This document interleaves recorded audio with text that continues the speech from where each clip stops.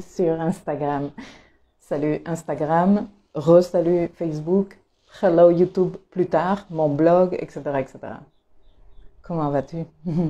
J'espère que vous allez très bien. Bon, aujourd'hui, je viens principalement te parler de la conjonction supérieure entre Vénus et le Soleil, qui s'est tenue il y a quelques heures, de sa relation avec la pleine lune, qui arrive en Balance, qui va se tenir dimanche. Donc au cours de ce week-end, nous allons être fortement concernés par ces énergies, mais bon, pas que. Et quelque part, j'ai envie aussi de t'expliquer de quelle façon tout ça vient s'inscrire dans cette histoire, que je viens te raconter. Je te raconte un petit épisode pratiquement toutes les semaines. Salut Lise, salut Aurore, salut Nat, salut Patricia. Voilà, donc je te raconte le plus bel la vie astrologique avec des petits épisodes comme ça. Mais l'épisode là que je viens de te raconter, c'est quand même un épisode important. Salut Chantal de l'autre côté et salut tout le monde qui m'accompagne sur Insta.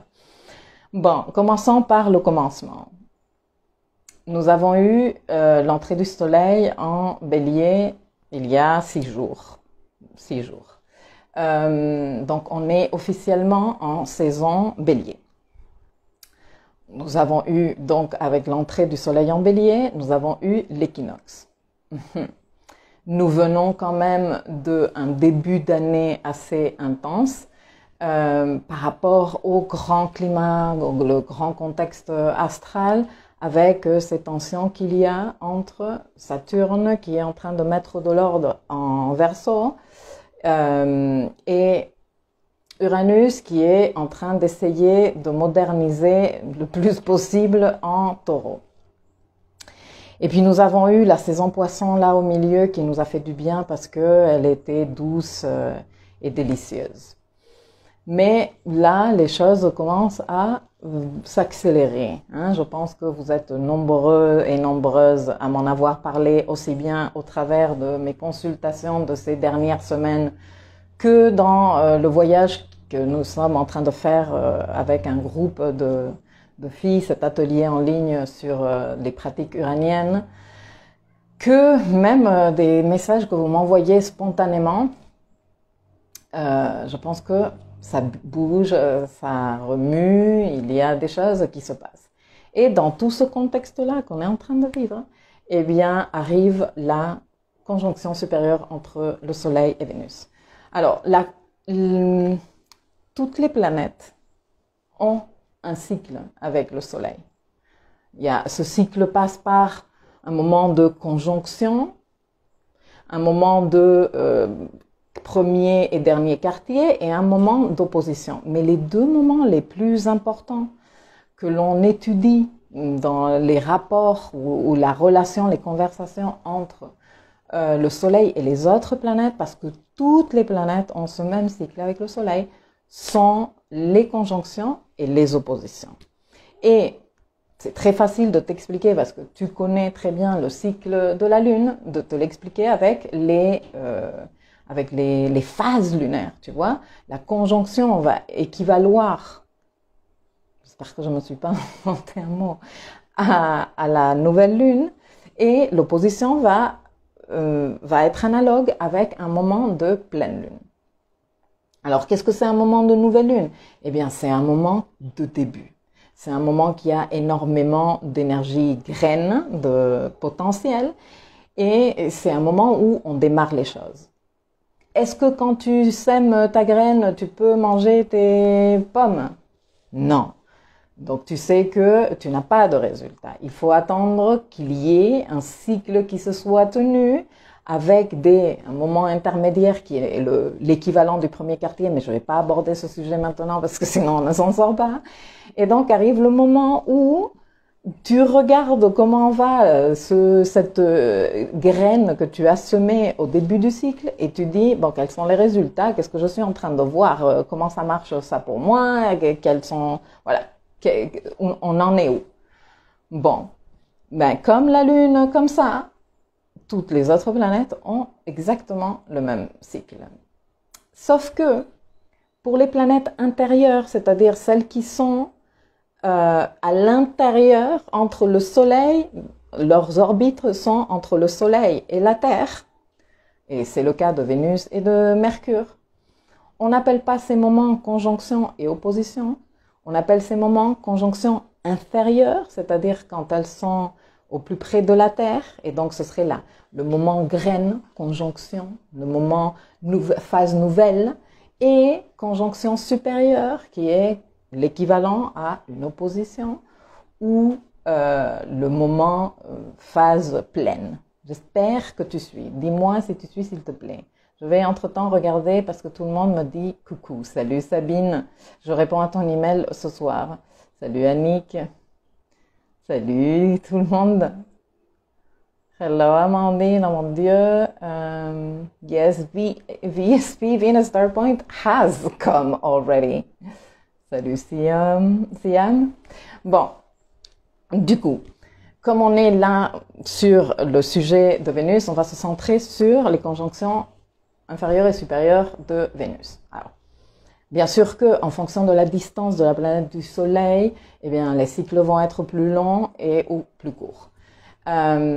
Concrètement, Vénus a des cycles d'environ 18 mois divisés en 2 moments. Et ces 2 moments-là sont la phase nouvelle de Vénus avec le Soleil et la phase pleine de Vénus avec le Soleil, qui sont séparés par des étapes de 9 mois. Si tu suis, s'il te plaît, dis-moi pour que je sache. Ah bon, Anne, merci pour me dire. Parce que après, moi, je ne sais pas si vous suivez. Donc du coup, qu'est-ce qu'on a aujourd'hui? Eh bien, aujourd'hui, on a une Vénus full mooning. Aujourd'hui, la conjonction s'est perfectionnée à 6h57, heure universelle. Chacun fera ses comptes pour chacun. Donc voilà, on est en ce moment en pleine fusion du Soleil avec Vénus.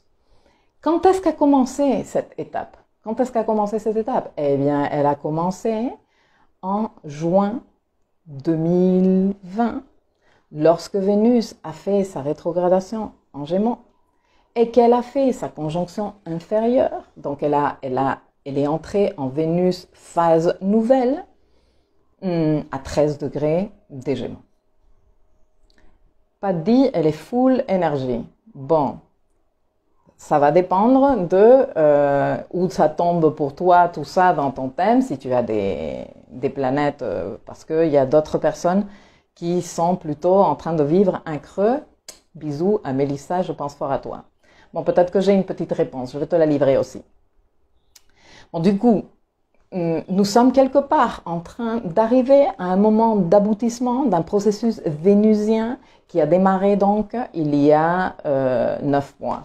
C'est-à-dire le 3 concrètement, le 3, bon ça dépend de là où tu te trouvais dans le monde, mais entre le 2 et le 3 juin 2020.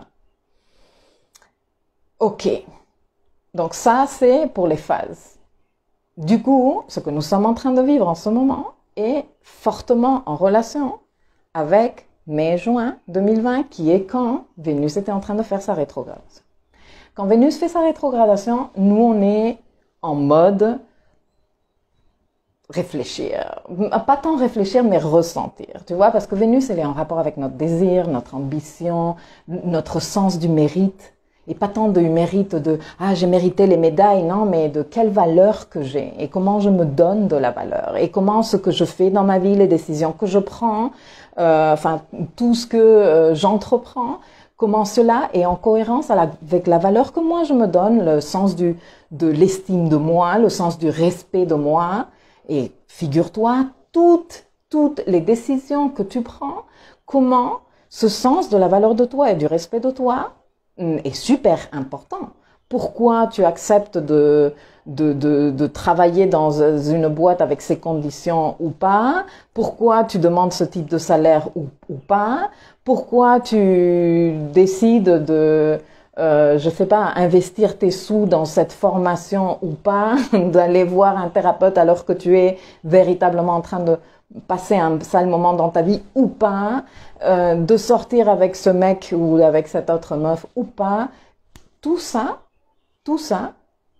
de manger ce truc ou pas, d'aller te coucher et dormir alors que tu es épuisé ou de rester encore devant ton ordi en train de terminer un truc pour le boulot ou pas, tout ça, toutes ces décisions que tu diras, ben, elles sont ridicules, eh bien, elles sont pas du tout ridicules, sont faites à partir du sens de la valeur que toi tu te donnes. Tu vois? Donc, quand Vénus commence à rétrograder, nous on entre comme en phase de et c'est très bien parce que elle rétrograde une fois chaque an et demi plus ou moins, et nous chaque an et demi, c'est tellement juste que on se pose des questions et on se dit ok, bon, est-ce que les choses qui comptent pour moi sont toujours d'actualité? Est-ce que moi je suis toujours emballée avec cette histoire? Est-ce que j'ai besoin de mettre à jour un peu cette situation? Et par rapport à ma mise à jour, eh bien, est-ce que je vais commencer à prendre des décisions autrement? Non? Je pense que c'est chouette. Bon. Après, est-ce qu'on s'autorise à faire ça ou pas? Bon, c'est un peu le sujet de cette foule Vénus que nous avons aujourd'hui. Quand Vénus a commencé à rétrograder en mai, de l'année dernière, elle a fait sa rétrogradation en Gémeaux. En fait, Vénus, elle ne rétrograde que sur 5 signes pendant un long moment. Et quand je parle d'un long moment, je parle de décennies.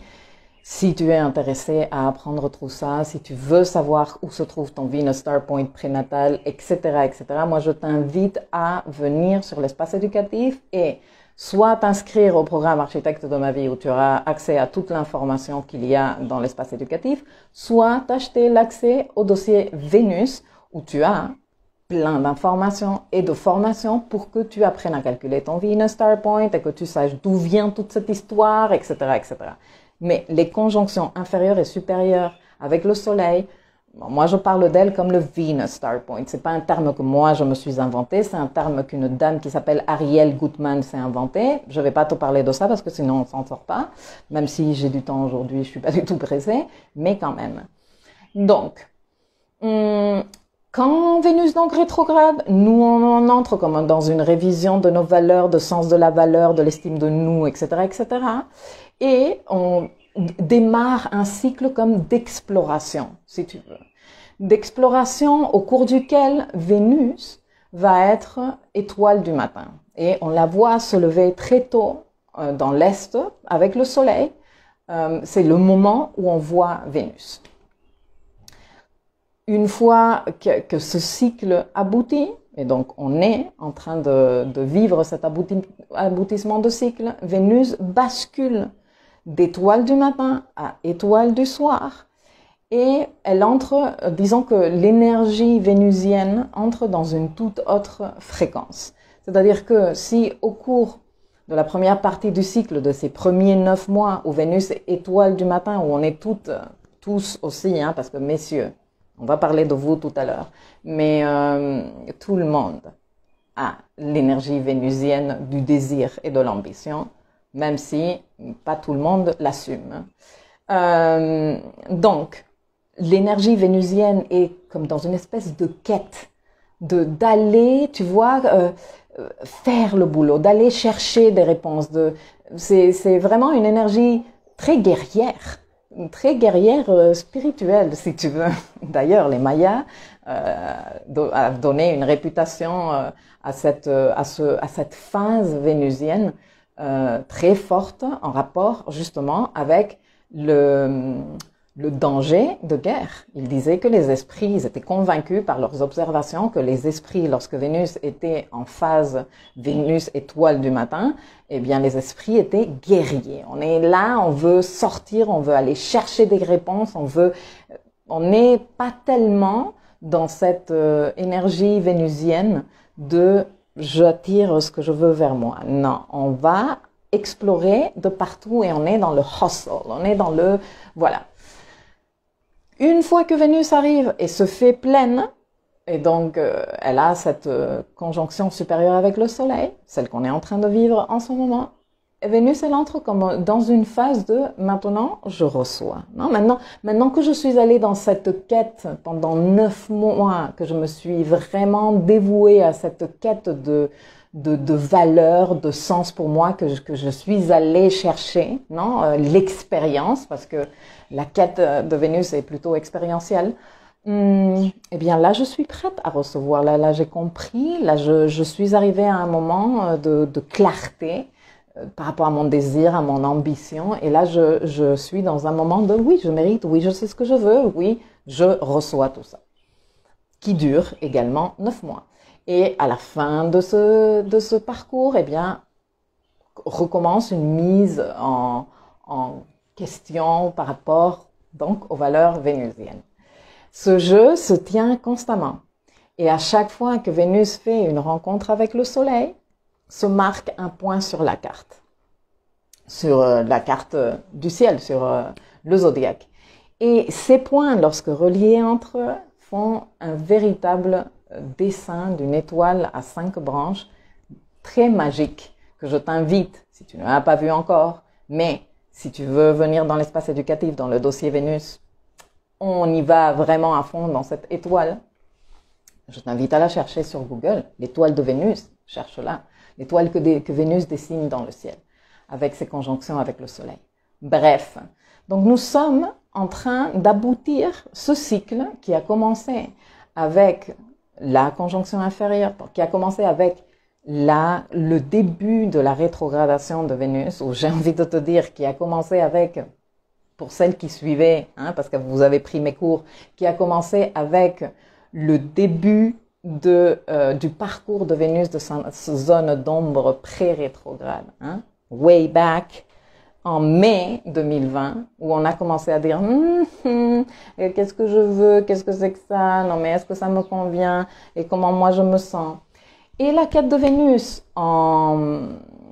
qui a démarré donc en Gémeaux, était très en rapport avec les récits qu'on se raconte. Je te rappelle que si tu suivais à l'époque, et si tu suivais pas, je te le dis carrément, que à l'époque, Vénus a eu pendant son trajet de rétrogradation, ce qu'on appelle le schéma de rétrogradation, Vénus a eu 3 contacts avec Neptune. Et que donc, contact tendu, c'était des carrés. Et que donc le travail de Vénus au cours de sa rétrogradation, et donc sa quête spirituelle dans laquelle elle part suite à cette conjonction avec le Soleil, était quelles sont les salades que tu te racontes. Quels sont les récits que tu entretiens? Quelles sont ces histoires que tu répètes en boucle dans ton intérieur, avec lesquelles tu as construit des parties de ton ego, je suis pas en train d'attaquer l'ego, non, de l'image que tu as de toi, qui t'empêchent de vivre ta best life, en fait. Et quelles sont ces histoires qui commencent à te faire chier, te parler carrément, comme ça. Parce que, bon, c'est vrai que quand on entend ce genre d'informations, on a tout de suite tendance à se dire « Ouais, mais non, moi, je veux identifier toutes les salades que je me raconte et je vais les dégager. » Et ça, ce n'est pas très réaliste, tu vois. Genre, on a beaucoup de phases, on a plein de cycles, on a plein d'autres opportunités pour faire le boulot. Mais les histoires qui sont en train de se rendre évidentes en ce moment, depuis 9 mois dans ta vie, qui commencent à te peser lourd, que tu peux identifier que ce sont des règles que tu as créées de vie pour toi ou des croyances que tu as disons, élaborées, basées sur quelques expériences antérieures, etc., etc., sont vraiment des bâtons dans tes roues, ne te permettent, mais absolument pas, faire des choses que tu as envie de faire. Et envie est un mot très vénusien. Donc, ceci, bien sûr, ce travail qu'était en train de faire Vénus était hyper en relation et continue de l'être, et d'actualité à fond en plus, parce que en ce moment même qu'on est en train de parler, Mars se trouve dans le degré exact où Vénus a fait la conjonction avec le Soleil en Gémeaux. C'est-à-dire Mars aujourd'hui, il est à 13 degrés du Gémeaux où s'est tenu le Venus Star Point antérieur, la conjonction antérieure. Et donc ce travail, et dans le coin se trouve aussi le nœud nord. Le travail de l'axe nodal. On en a déjà parlé aussi parce que ça fait partie du grand contexte astral 2021 et 2020 aussi. Donc, identifier ces dogmes de vie, ces grandes vérités qu'on se raconte qui nous empêchent véritablement d'évoluer. Et avec le nœud nord en Gémeaux, considérer les options, s'ouvrir et jouer avec les options, se dire qu'on ne sait pas tout, se dire que si une histoire de vie à un moment donné, elle a servi à nous protéger, à sortir d'un sale moment, à nous lécher un peu les blessures et passer un moins sale moment que ça aurait pu l'être, ça ne veut pas dire du tout que cette histoire va être d'actualité pour le restant de notre vie. Ça ne veut pas dire du tout ça. Et donc le travail que non seulement Vénus nous a permis de faire, mais en plus avec l'aide des nœuds, a été justement celui-là. Mais quelles sont les salades que je me raconte? Et quelles sont les histoires pour lesquelles moi, je continue à contribuer, à les entretenir, à trouver en plus des preuves dans l'extérieur pour me dire, tu vois, c'est comme ça que ça doit se passer. Et finalement, ces histoires sont celles qui me font sentir comme dans un étau. Pourquoi? Parce que à chaque fois que j'ai comme un élan créatif, non? Un élan qui est quelque part déclenché par mon énergie vénusienne, hein, qui est celle qui dit, moi, je veux.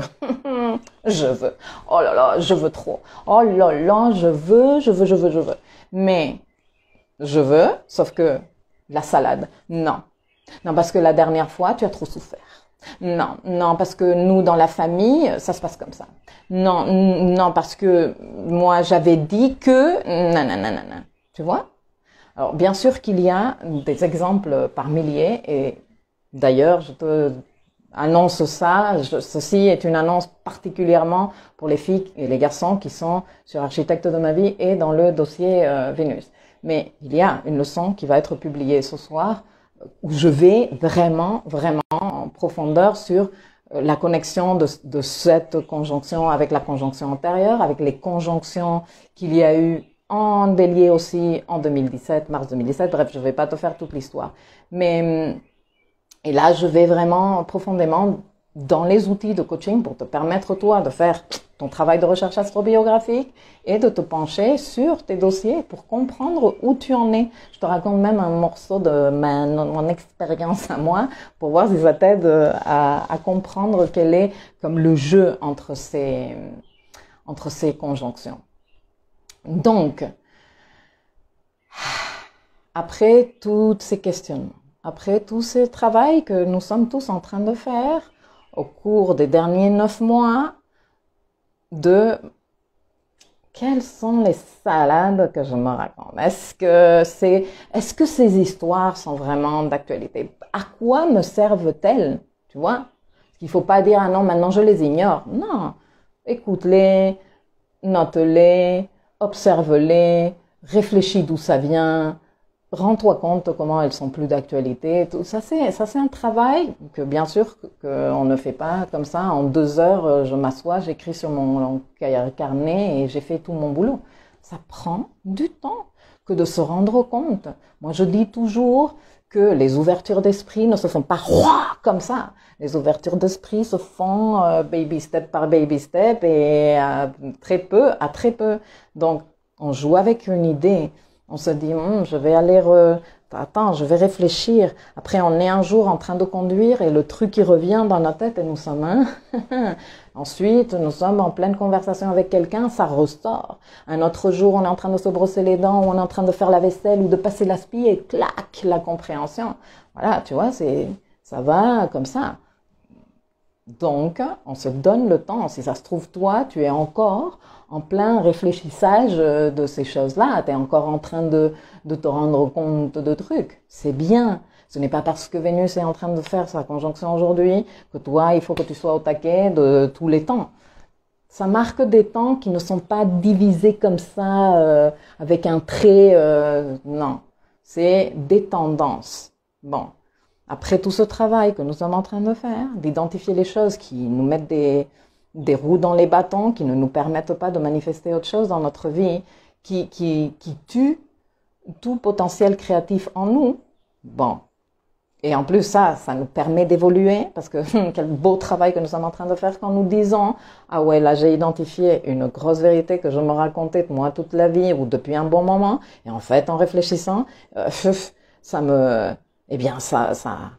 m'interdit de faire des choses. Donc moi-même, je me crée des trucs qui m'interdisent de faire des choses que moi-même je veux faire. Tu vois à quel point ça peut atteindre le moment ridicule. Bon, donc ces prises de conscience sont très importantes et nous permettent d'évoluer. D'évoluer vers quoi? Écoute, d'évoluer vers plus d'ouverture, d'évoluer vers plus de bien-être, d'évoluer vers plus aussi l'acceptation de toi, de qui tu es et de t'autoriser à être qui tu es. Hein? De ne pas avoir à demander la permission à je ne sais qui, la famille, la société ou j'en sais qui. Bref, donc, je pense que tu as compris, à partir de là, dans quelques jours, tu vas voir Vénus qui, au lieu d'être, bon, ça faisait un moment qu'on la voyait pas, mais tu la verras accompagner le soleil dans le coucher de soleil.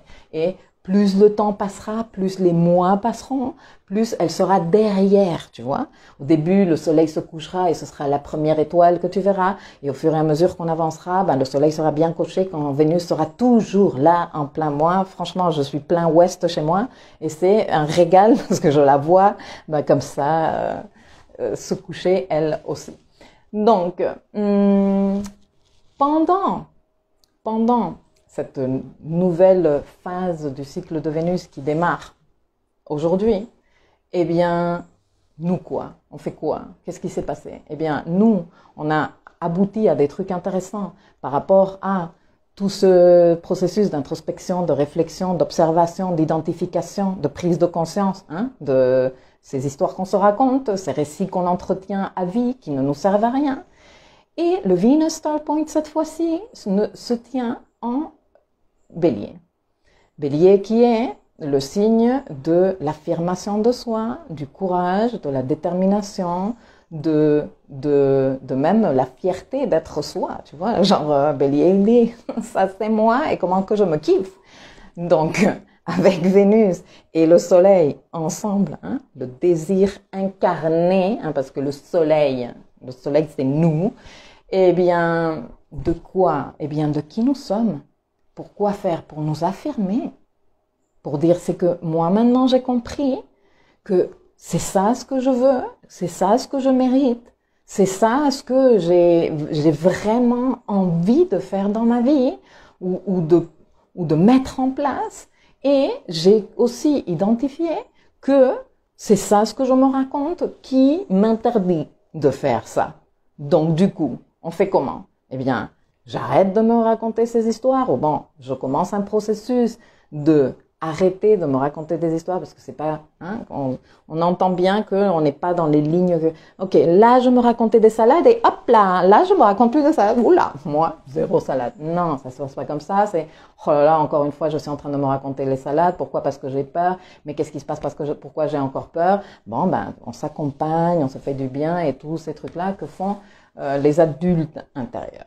D'ailleurs, parlons de l'adulte intérieur, parce que, regarde, dans toute cette configuration où nous avons Vénus conjointe au Soleil. Bon, Vénus et le Soleil sont conjointes où? En Bélier. Bélier, c'est le signe de qui? De Mars. Il a la maîtrise de Bélier. Ok. Mars, il se trouve où? Je te l'ai dit tout à l'heure. Mars, il est conjoint au nœud nord. Mars, il est en Gémeaux, conjoint au nœud nord, dans le point où Vénus a fait la conjonction antérieure avec le Soleil. Après, on me dit, non, mais l'astrologie, c'est du pipeau. Non, mais sérieusement, est-ce que ça peut être, si tu t'assois et tu dis, je vais le faire exprès, en date et en degré, je vais voir comment je fais ces trucs, tu n'y arrives pas. On est d'accord. Enfin, peut-être que tu penses que je suis méga perché, et peut-être tu as raison. Mais moi, je me kiffe comme ça. Et comme aujourd'hui, c'est le Venus Star Point en Bélier, regarde. Bon, du coup, Mars en Gémeaux. Mars en Gémeaux et moi j'adore, il y a une phrase chinoise, un dicton chinois que je trouve excellent qui décrit parfaitement l'énergie de Mars en Gémeaux. Mars en Gémeaux, c'est moins d'éclairs, non, moins de tonnerre dans la bouche et plus d'éclairs dans les mains. C'est-à-dire, arrête de me raconter ta vie et fais les trucs, tu vois. Mars, c'est je parle, je fais. J'accorde, je fais. Je décide, j'écris, je discute, j'échange, je réfléchis, je planifie et je passe à l'action. Je crée mon plan de route. Merveilleux. T'es d'accord avec moi, non? Parce que Vénus en plus aujourd'hui, elle dit, mais s'il y a un désir, mais un très fort désir, donc on va faire quoi avec ça? Bref, à ça, on rajoute le fait que Mars, non, qui est toujours le maître de là où se tient le Venus Star Point, est en trigone à Saturne. Saturne qui fait partie du grand contexte astral 2021, qui est en train de construire de nouveaux modèles et de nouveaux archétypes en Verseau. Et ce trigone entre Mars et Saturne, avec le nœud nord là au milieu, en sachant que par extension, le Venus Star Point va être aussi, mais en sextile à ces deux-là, va être en sextile à Mars, il va être en sextile à Saturne. J'ai du mal aujourd'hui avec Saturne, hein, pourtant c'est un de mes chouchous. Ça parle d'un engagement, d'un véritable engagement de dire oui, je vais me donner les moyens de faire ça. Oui, je vais combiner tout cet amour de moi, tout ce respect de moi, hein, que Vénus et le Soleil sont en train de nous indiquer tous les deux dans le signe du mois, le signe du Bélier, et je vais prendre action pour ce que j'ai déjà réfléchi, pour ce que j'ai déjà pensé et pour ce que j'ai déjà carrément acté. Je vais prendre action et cette action va être une action engagée et cette action engagée me permet d'évoluer grave dans mon boulot d'évolution. Donc, voilà, je viens de te dire, toi, comment ça se passe? Où sont en train de se tenir ces conjonctions, ou la conjonction Mars avec le Nord, où elle est en train de se tenir la conjonction de Vénus avec le Soleil dans ton thème, parce que dans les maisons où sont en train de se tenir ces conjonctions, eh bien, il se passe des choses pour toi, ils peuvent se passer des choses pour toi. Et moi, je suis certaine que si tu fais ton travail de recherche astrobiographique et tu te dis quelles étaient les salades que moi j'avais identifiées ou que j'ai été en train d'identifier ces derniers 9 mois avec qui m'empêche d'avancer et de quelle façon moi j'ai envie de m'affirmer, j'ai envie de me présenter avec du courage et avec de la détermination pour me faire du bien moi, pour me respecter moi, je suis sûre que tu vas trouver. Et en plus, regarde, tu as énormément de chance, parce que peut-être que tu ne l'entends pas, mais moi je l'entends, il y a mon voisin qui est en train de mettre de la musique comme d'habitude à tout volume. Et voilà, nous avons un petit fond musical créole. Du coup, ah oui, j'ai une petite anecdote qui vient quelque part terminer de compléter cette histoire. Et après, j'enchaîne avec la pleine lune très vite, parce que la pleine lune, en fait, elle vient juste confirmer tout ça. Vous entendez la musique, les filles? Et les garçons? Salut tout le monde. Ah là là, il y a beaucoup de participation. Bonjour Germain.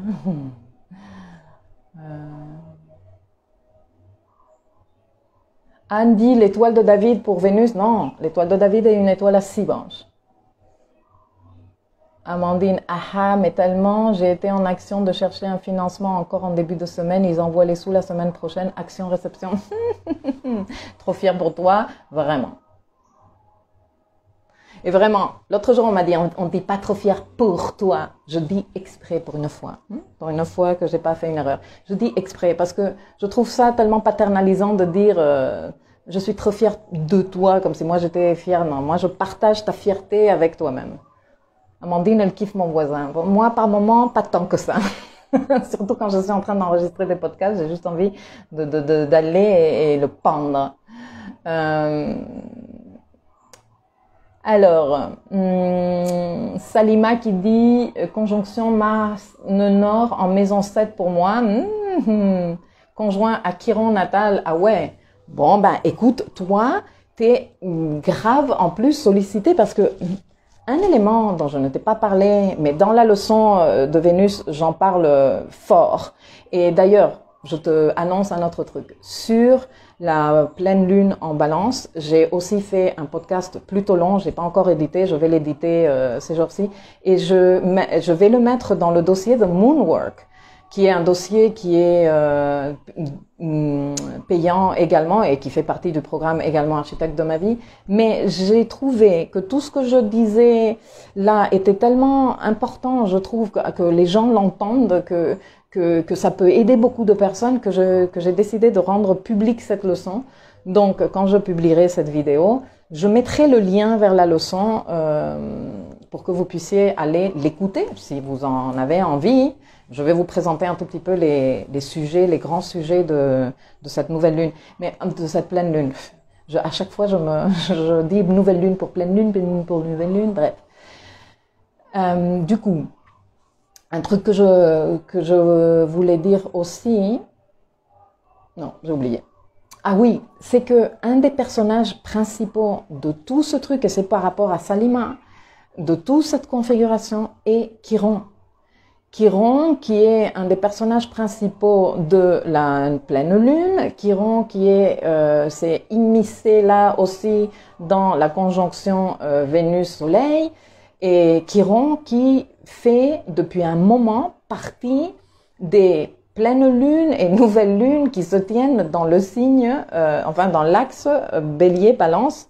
Pourquoi? Parce qu'il est en train de transiter dans le signe du Bélier. Donc, si toi, en plus, dans ce moment astral, ton Chiron, il est touché par les configurations, j'ai envie de te dire que encore plus de travail. Et justement, cette histoire de Chiron, en fait, Chiron représente une blessure à notre ego. En gros, je vais fermer la fenêtre parce que j'ai du mal à me concentrer avec la musique créole. Désolée pour toi, hein, Amandine, je reviens.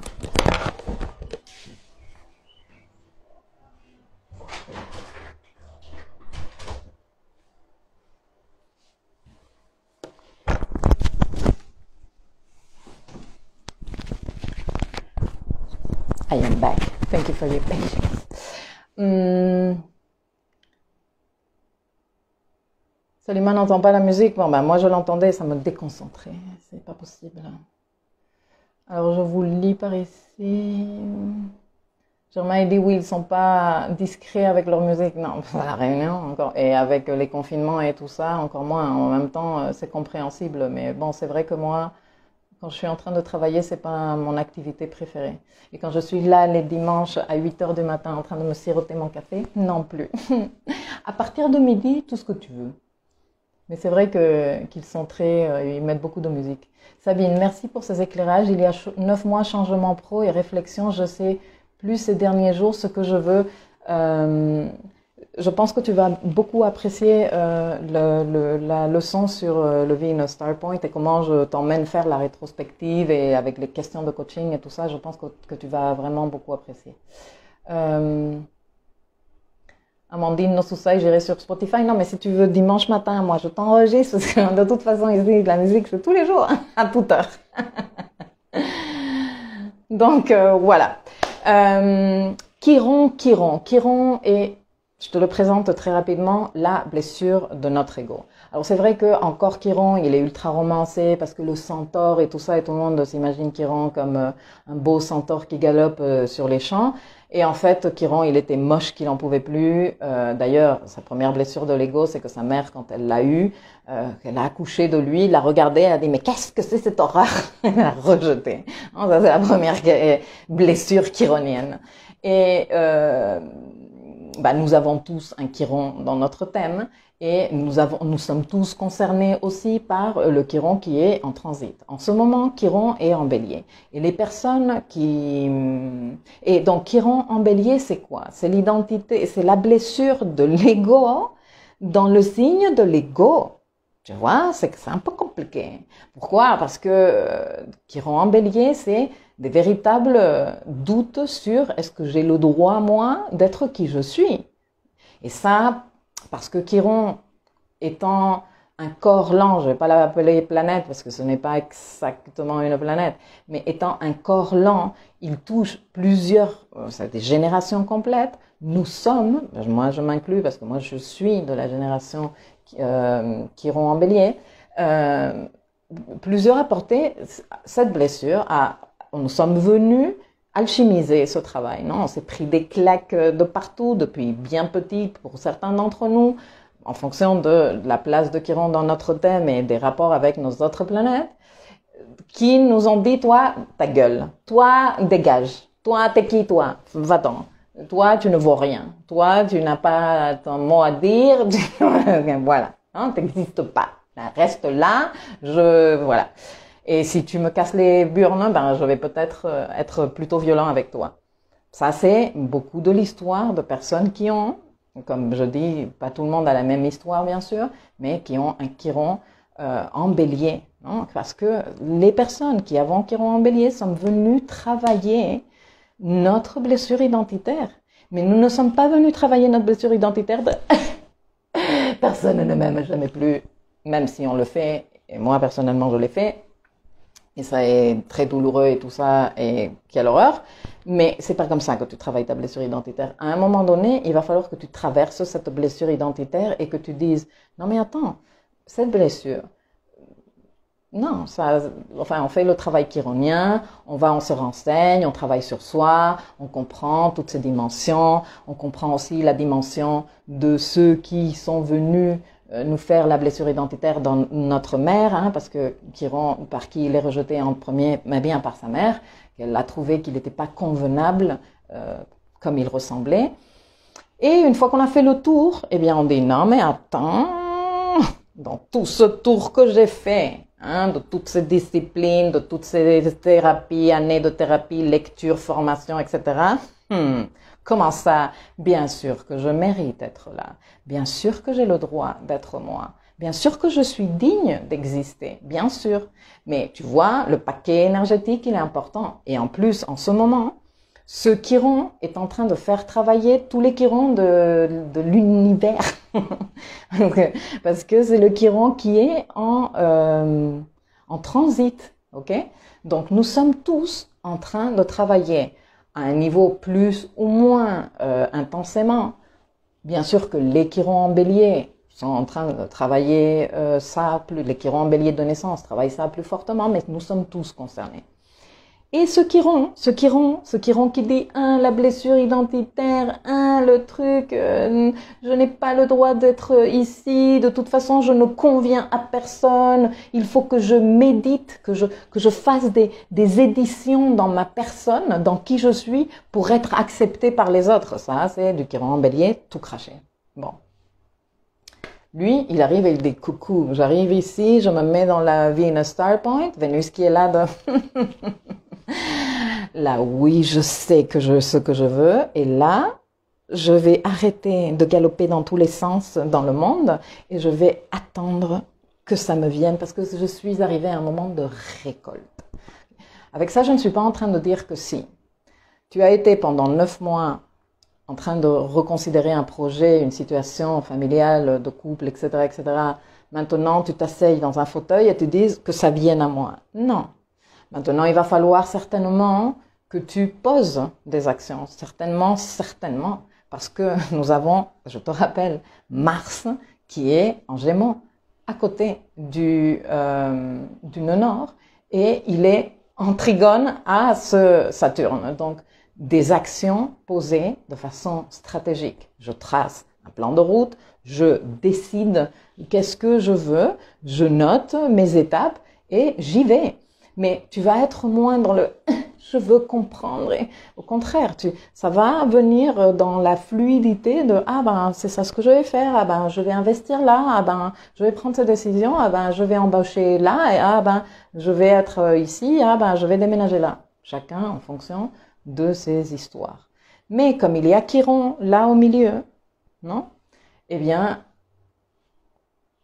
est-ce que tu as le droit? Et ça va revenir.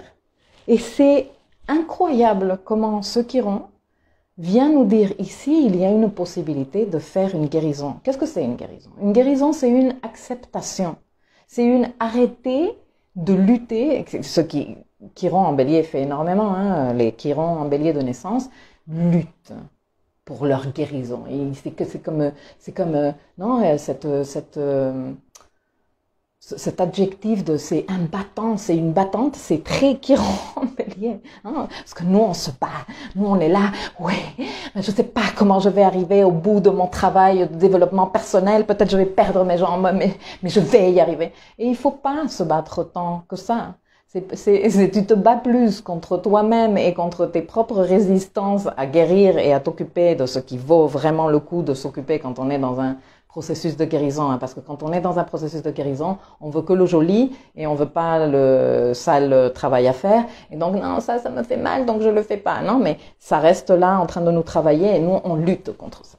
Non, attends, non mais arrête de faire tout ça et mets toute cette énergie là parce que ce qui va t'aider véritablement à t'en sortir, c'est que tu t'occupes de ça. Non mais ça c'est trop. Je m'occupe de tout le reste. Je médite, je bois des jus de persil, je fais des méditations avec les lettres hébraïques, je vais faire le tour du monde en train de faire du yoga de partout, mais ça, je ne veux pas le faire. Alors que là se trouve la clé Chiron pour aller, non, ta dimension humaine, et là, ça va mieux. Bon, nous, on lutte beaucoup contre ça. Non, c'est cette résistance avec laquelle on est en train de jouer constamment. Et en fait, le processus de guérison passe beaucoup par une acceptation radicale, une acceptation que les choses, il y a des fois qu'elles sont juste comme ça, et qu'il y a des idées, des jugements, que l'on garde pour justifier plein de choses que l'on ne fait pas ou que l'on fait. Hein, je fais ça parce que c'est pas juste que j'ai pas été désirée par ma mère et donc elle ait voulu m'éjecter de sa vie toute la vie. Ben, écoute, le moment où tu dis et pourquoi pas, c'est comme ça. C'est un moment vraiment d'apothéose dans mon processus thérapeutique, hein, avec mes thérapeutes, de dire mais pourquoi pas? Mais pourquoi pas accepter que ça, c'est comme ça? Non? Et pourquoi pas? Et pourquoi pas l'accepter? Et pourquoi pas accepter que c'est ça? Et que une fois que j'ai accepté ça, non, j'arrête de donner toute mon énergie à cette histoire. Et donc, moi, je peux mettre mon énergie, mon attention, mon amour et tout dans d'autres choses plus chouettes. J'arrête de traîner ce boulet, non? Je fais la paix avec cette partie de ma vie, avec cette personne ou ces personnes qui ont été impliquées dans cette partie de ma vie. Et voilà. Bien sûr, tu n'arrives pas à ça juste comme ça. C'est pour ça que je parle constamment de processus. Bien sûr que quand un thérapeute m'a dit « Et pourquoi pas? Et quel est le problème que ta mère ne t'aime pas ?» Bah oui, c'est quoi le problème? Non mais parce que c'est ma mère. Elle aurait dû m'aimer tout le temps, toute la vie. C'est injuste, mais pourquoi? Bon voilà, tout ça j'ai dit pendant des années et des années dans ma tête, dans mes carnets, etc., etc. Jusqu'à un moment donné, après beaucoup de cheminement, dire non mais et ici il s'avère que bon, elle m'aime, mais pas de la façon que moi je lui exigeais de m'aimer, non? Et en lâchant ça, après beaucoup d'années de travail, hein, parce que plus de 10 ans en psychanalyse, s'il te plaît, eh bien, tout d'un coup, tu as tout un tas d'énergie disponible pour faire autre chose, pour créer autre chose. Et tu sais, ce moment que je suis en train de te partager ici, pas pour nécessairement te raconter ma vie, mais pour t'expliquer que le moment qu'on est en train de vivre en ce moment contient beaucoup de ce potentiel de « bah ouais, bah ouais ». Et si j'accepte que, oui, je ne connaîtrai jamais personne comme lui, que oui, je n'aurai jamais un travail comme celui-là, que oui, je l'aimais de tout mon cœur et il m'a trahi et ça m'a fait mal, mais voilà, mais... Et là, on lâche cette histoire, on la guérit, on l'accepte. Et c'est pas qu'on la lâche de « ouais, je ne veux plus rien savoir ». Non, c'est qu'on la lâche de « ça fait partie de ma vie, mais je suis pas en train de me battre contre elle ». Et donc du coup, j'ai beaucoup de ressources en plus, tu vois. C'est comme quand tu as été en train de payer un crédit et que tu étais en train de payer 500, 700 euros tous les mois et que tu termines. Et d'un coup, tu as 500 euros de plus tous les mois. Oh mon Dieu, quel bonheur. Alors maintenant, qu'est-ce que je vais faire avec ces sous? Je les mets de côté. Non, mais je vais me faire quand même plaisir. Tu vois? Bon, bah c'est la même chose, mais à un niveau énergétique, spirituel et psychique. Pourquoi? Parce que toutes ces ressources, tu es en train de les mettre dans ce truc-là. Tu vois? Et en ce moment, avec ce chiron, qui fait partie de la configuration de pleine lune, la pleine lune qui se tient est la lune en balance. Et Chiron, Vénus, le soleil en face, en opposition. Et cette lune, elle est en trigone à Saturne et en trigone à Mars. Je te le réexplique pas. Si tu as besoin de réécouter la vidéo, je te laisse la réécouter tout à l'heure. Trop bon. La pleine lune vient nous parler de quoi? Ben, des rapports. De quel rapport? Eh bien, le rapport du moi, Bélier, le rapport de moi avec l'autre, Balance. Et comment ces rapports-là nous servent principalement pour travailler notre rapport avec nous-mêmes. Donc, il y a énormément encore d'informations autour de cette pleine lune de qui suis-je? Qu'est-ce que je veux? Qu'est-ce que je désire? Quelle est la valeur que je me donne? Comment la valeur que je me donne se reflète dans les choix que je fais, les relations que j'ai? Est-ce que je me respecte? Tu vois, ça c'est des questions qui se posent au cours de cette pleine lune, qui vient accompagnée d'une énergie très forte, très ambitieuse, très pleine de désirs, avec cette conjonction supérieure entre le Soleil et Vénus. Et de ces questions que tu te poses, que je t'encourage vraiment, vraiment à les explorer dans ton carnet,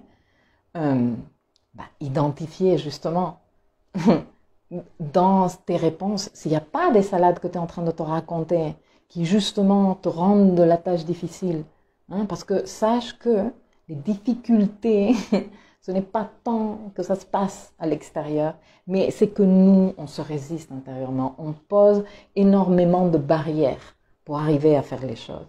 On veut être... Je suis en train de regarder en ce moment une série qui s'appelle Your Honor, qui est franchement déprimante, mais elle est jolie photographie. Enfin, c'est pas ma série préférée, mais je suis en train de me rappeler en ce moment d'un petit moment d'un épisode où, en fait, je veux pas te spoiler au cas où tu l'aurais pas vu, mais il y a un personnage qui a fait un truc qui est mauvais et qui est illégal et qui le vit très très mal. Et il a demandé de l'aide sans trop donner d'informations à quelqu'un qui est son ami et qui a pu intercéder. Et à un moment donné, eh bien, les choses s'embrouillent grave, non? Et donc, le gars qui a fait le truc illégal, qui a demandé de l'aide, a une conversation avec lui parce que son ami peut être en danger à cause de comment les choses sont en train de virer au très mauvais. Et donc, l'ami lui dit, mais non, mais c'est nul, et donc voilà, et on va faire comme ça. Donc, et donc, il propose une solution qui est néfaste et super illégale aussi, mais qui arrangerait les choses. Et l'autre, celui qui est à l'origine de tout le bordel, commence comme à le juger, à lui dire non mais attends, mais c'est pas bon de faire ça. Et donc l'ami lui dit non mais qu'est-ce que tu me fais là? Qu'est-ce que tu es en train de me faire? Parce que qu'est-ce que tu es en train d'essayer?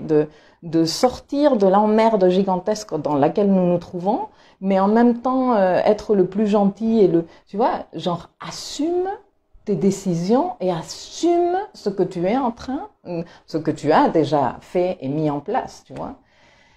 Et ça me fait penser un tout petit peu à ce travail à faire dans l'axe Balance-Bélier, à cette lune en Balance. J'ai la lune en Balance, je la connais très bien, qui a trop tendance à hésiter, à ne pas savoir comment se positionner, à se poser 17 000 questions, à se dire non mais attends, comment je fais pour toujours faire prévaloir le rapport à l'autre, non?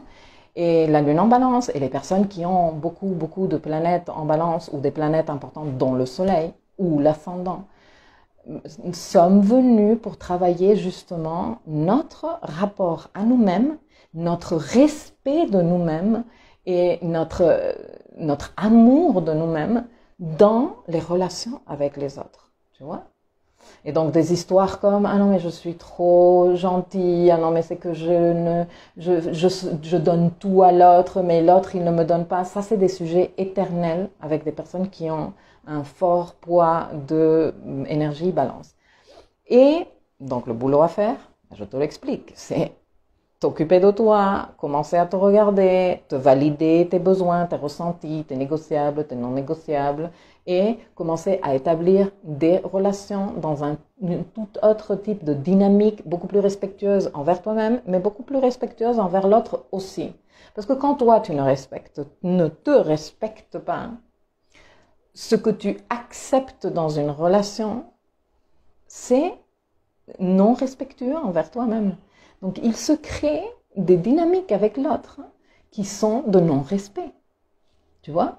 Et ça, c'est pas l'autre qui veut abuser ou c'est pas l'autre qui veut te manquer du respect. Non, c'est que toi, tu autorises ça. Tu l'autorises de façon tacite et silencieuse peut-être, mais tu l'autorises. Quand tu fais sauter toutes tes limites ou des limites importantes pour que arranger l'autre, pour que, en fait, tu es en train de faire ça pour que l'autre, il t'aime et il t'accepte parce qu'en Balance, on sait qu'on est dans ça. Et en fait, ça, ce n'est pas respectueux de toi et de ton rapport avec toi-même. Tu vois? Et ça, c'est le travail fondamental de cette pleine lune en Balance.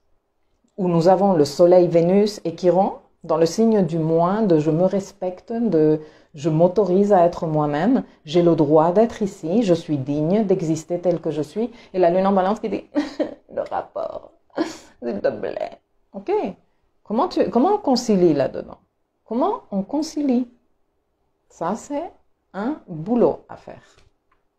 Et dans toute cette conciliation, la prise d'initiative active, intelligente et dans la démarche de dépasser les salades qu'on se raconte, Mars en Gémeaux conjoint en nœud nord au point du Venus Star Point antérieur et Trigone Saturne, l'engagement, l'adulte intérieur et la construction de nouveaux modèles, de nouveaux archétypes, etc., etc.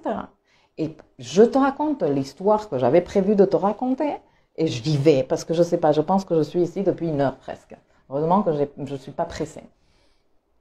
Il y a quelques jours, j'ai pas été très présente dans les réseaux dernièrement parce que entre mes consultations, entre mes projets que je suis en train de faire, que je vous raconterai à un autre moment, et entre mon voyage et entre voilà les trucs de tous les jours, ben je suis plutôt à court de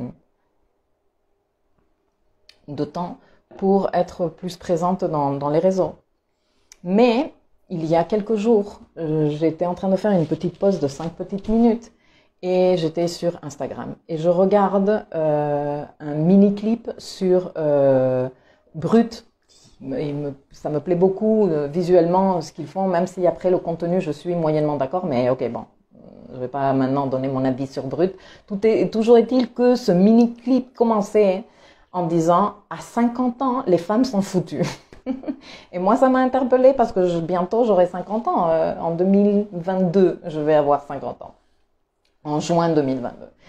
Et moi, je n'ai pas encore 50 ans, mais je suis pas trop loin, donc je me sens légitime pour dire que je me sens mais véritablement loin d'être foutue. Mais ça m'a interpellée. J'ai dit mais de quoi ça parle, non? Donc moi, je regardais le truc et en fait, ça parlait de en fait la scène, le contexte de connaître des hommes pour une femme hétérosexuelle aujourd'hui. À 50 balais, non? Et donc les témoignages étaient des femmes qui disaient que non, que c'était l'horreur, que c'était ultra chaud, que les mecs ils veulent juste des jeunes et que ils sont là pour le sexe, etc., etc. Ok. Et donc moi je me suis dit, je suis pas d'accord. Et franchement, tu me diras, moi je suis pas d'accord avec toi et il faut donner une voix à ces femmes-là. Mais moi je dis, mais si on est dans la construction de nouveaux modèles et de nouveaux archétypes, est-ce qu'on peut, s'il vous plaît, messieurs et mesdames, commencer à normaliser l'idée que le mec avide de sexe, voulant sortir qu'avec des femmes pour baiser à gauche et à droite, n'est plus d'actualité. En tout cas, moi, c'est des mecs que moi je ne connais pas et qui ne sont pas du tout dans mon entourage.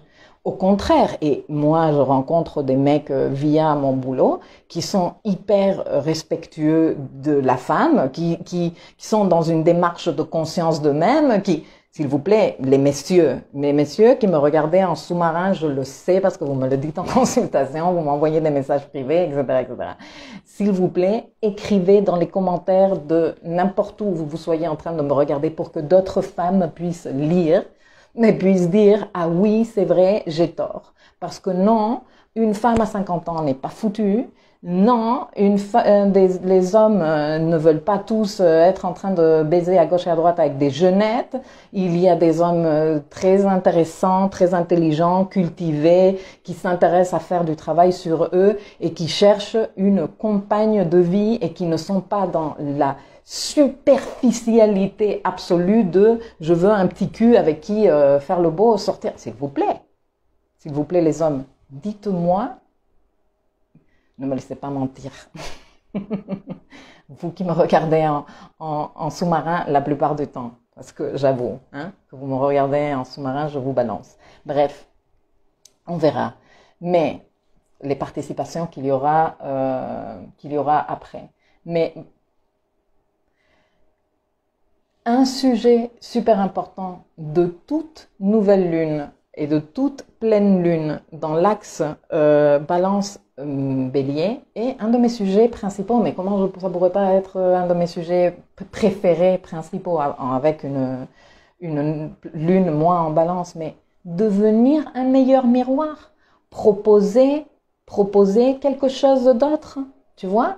Genre, au lieu d'être là, au bout de ma vie, à 50 balais, non, la vie ne vaut rien, je suis dégoûtée, c'est la fin de ma vie, c'est la fin de ma vie. Mais pourquoi? Mais qui a dit? Mais moi, je me sens avec une énergie incontrôlable et inépuisable.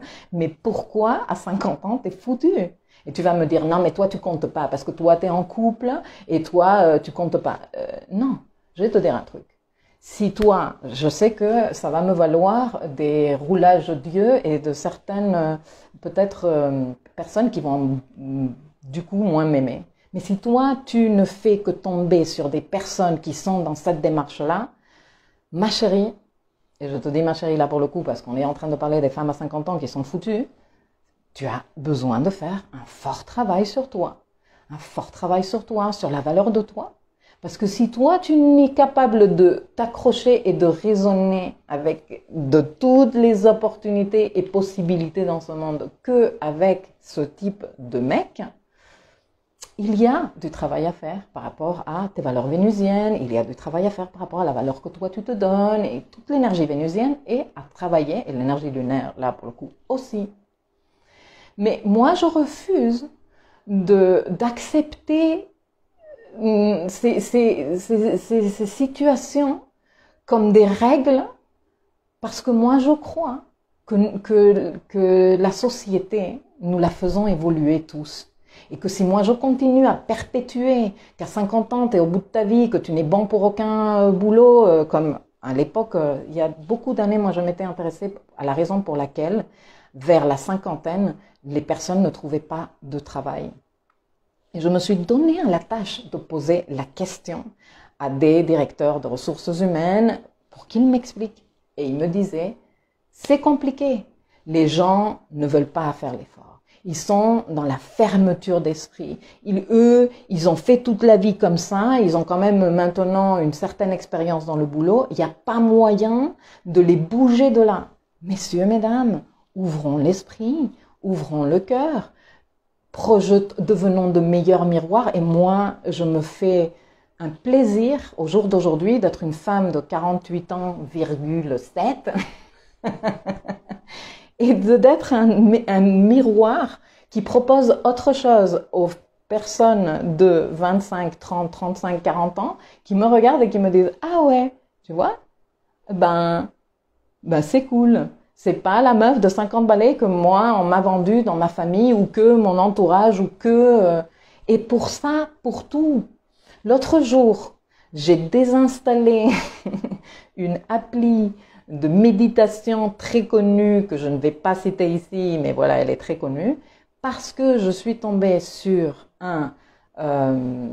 comment te dire, une pub qu'ils font pour parler des bénéfices de la méditation et tout ça, et bon, pour vendre, où il y a une fille qui est sur le lit, en détresse complète, en train de souffrir. Mais, messieurs, mesdames, je ne suis pas en train de dire que la souffrance n'existe pas, je ne suis pas en train de dire qu'il n'y a pas des personnes qui sont en souffrance psychique et émotionnelle. Mais on peut être dans une démarche de plus d'intégrité et de dignité avec son processus de travail personnel. Est-ce qu'on peut commencer à envoyer dans le monde une autre façon de faire les choses, plus digne, plus dignifiante aussi de l'être humain, plus dignifiante aussi des relations, plus dignifiante de l'autre, plus dignifiante de nous-mêmes. Franchement. Donc non, à 50 ans, t'es pas foutu. Quand tu as des problèmes psychologiques et émotionnels, t'as pas besoin d'être en train de te traîner par terre et de te retordre dans tous les sens et c'est pas horrible et t'es pas un taré et non, il y a tellement de situations qu'il faut déconstruire qu'on est en train de construire, comme je disais depuis le tout début de cet audio, de nouveaux modèles et de nouveaux archétypes. Mais que pour les construire, ça va pas se faire de comment, bon, allez, sors ton stylo, point numéro 1, archétype numéro 1 différent. Non, comment ça se fait? Ben, ça se fait dans l'expérience, ça se fait des femmes qui à 50 ans, à 60 ans, à 70 ans, à 80 ans ne sont pas du tout foutues et qui renvoient ça aux autres et nous autres qui regardons ces femmes et qui disons 60 ans et pas foutu.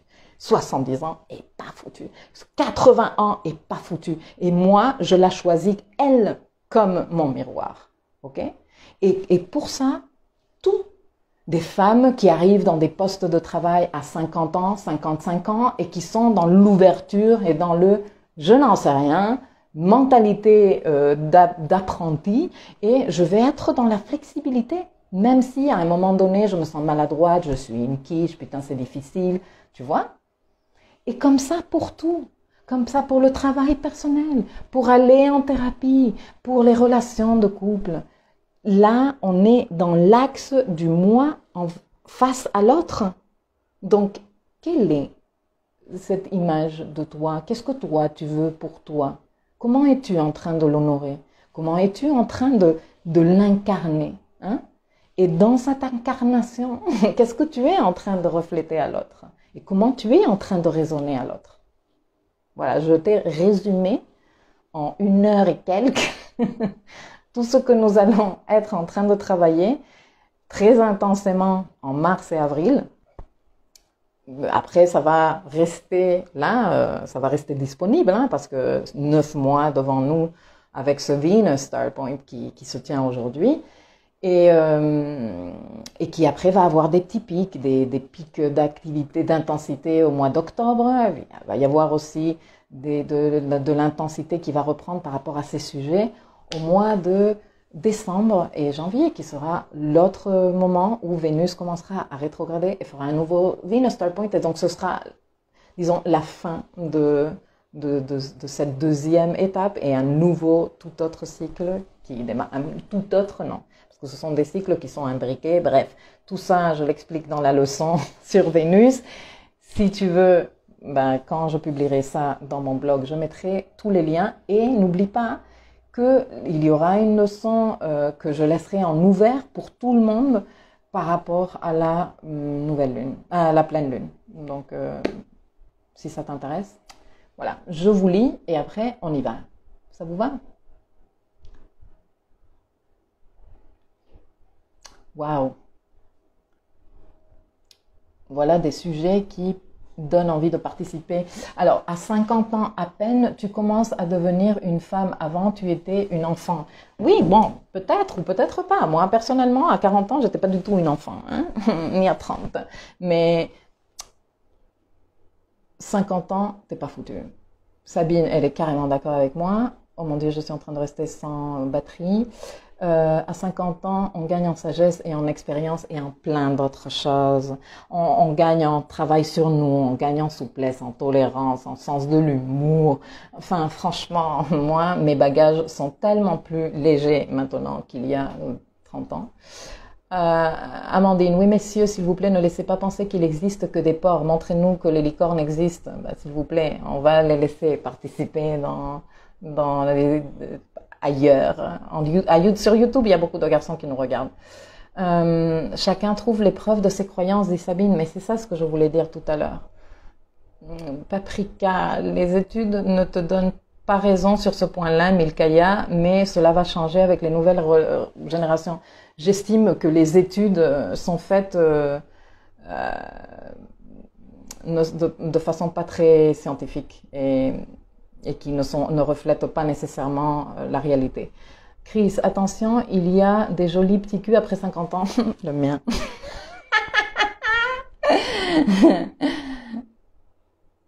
Marielle, Lise qui dit après ça reste des médias. Oui, mais ça reste des médias que beaucoup de personnes voient, tu vois. Et donc après il y a cette dame qui se dit ah ben on est foutu à 50 ans. Enfin je vais donc rester comme je suis. Enfin voilà.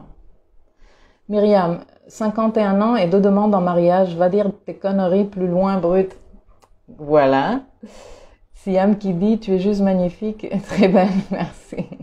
Plus dignifiante, je viens de me l'inventer certainement, le dignifiante, et vous m'excuserez, mais je pense que tout le monde a compris ce que je voulais dire. Il n'y a qu'à voir Jane Fonda, Tina Turner, s'il te plaît. L'autre jour, j'étais en train de la voir, et je disais, mais qu'est-ce que c'est? Quelle puissance, quelle force, quelle beauté, bref. Donc 100% avec moi, bravo pour ce magnifique live. Chantal qui dit non, non, non, nous ne sommes pas toutes foutues. Les femmes, quel que soit l'âge, sont des croyances, ce sont des croyances invalidantes et des conditionnements millénaires. Il y a du boulot, mesdames et messieurs. Et vous le dit une personne qui est hautement ukrainienne. Je me rappelle tellement bien de ta carte, Chantal. Et elle a l'âge qu'il a du légitime pour dire tout ça. Bonjour Christelle. Du coup, de ce côté, tout à fait d'accord, à 60 ans non plus, dit Patricia. Madeleine dit 66 ans pour moi et j'ai toujours des projets et d'après mes élèves, je leur donne la pêche. Oui, mais on veut que les messieurs qu'ils participent. Plus légère, dit Aurore. Salima dit, ce que je retiens de cette pleine lune, c'est que je dois apprendre à me respecter dans mes relations. Très bien. Moi, j'aime bien que vous me dites qu'est-ce que vous retenez. Parce qu'à chaque fois, à chaque formation, je vous demande toujours la même chose. Si c'est ça que tu retiens, merveilleux, se respecter, c'est un grand sujet. Le respect de soi, c'est un grand sujet. Et le lien avec l'autre dans ce respect de soi. Quand on est dans le respect de soi, l'autre nous respecte et nous pouvons tisser des liens respectueux. Sur ce, je pense que je vais en terminer là. Je vous souhaite un bon week-end, de passer un bon moment de réflexion. Ah, sinon, nous avons le carnet des lunes avec les questions pour explorer. Et ce carnet, il est disponible sur l'espace éducatif. Donc voilà, plus de matériel pour vous aider à travailler sur tout ça. Je ne sais pas quoi faire, les filles et les garçons. Bon, sur ce, je vais terminer d'éditer les podcasts pour les publier ce soir et je vous souhaite un bon week-end. Allez, merci à vous, merci de m'avoir accompagné. Ciao, ciao. Ciao.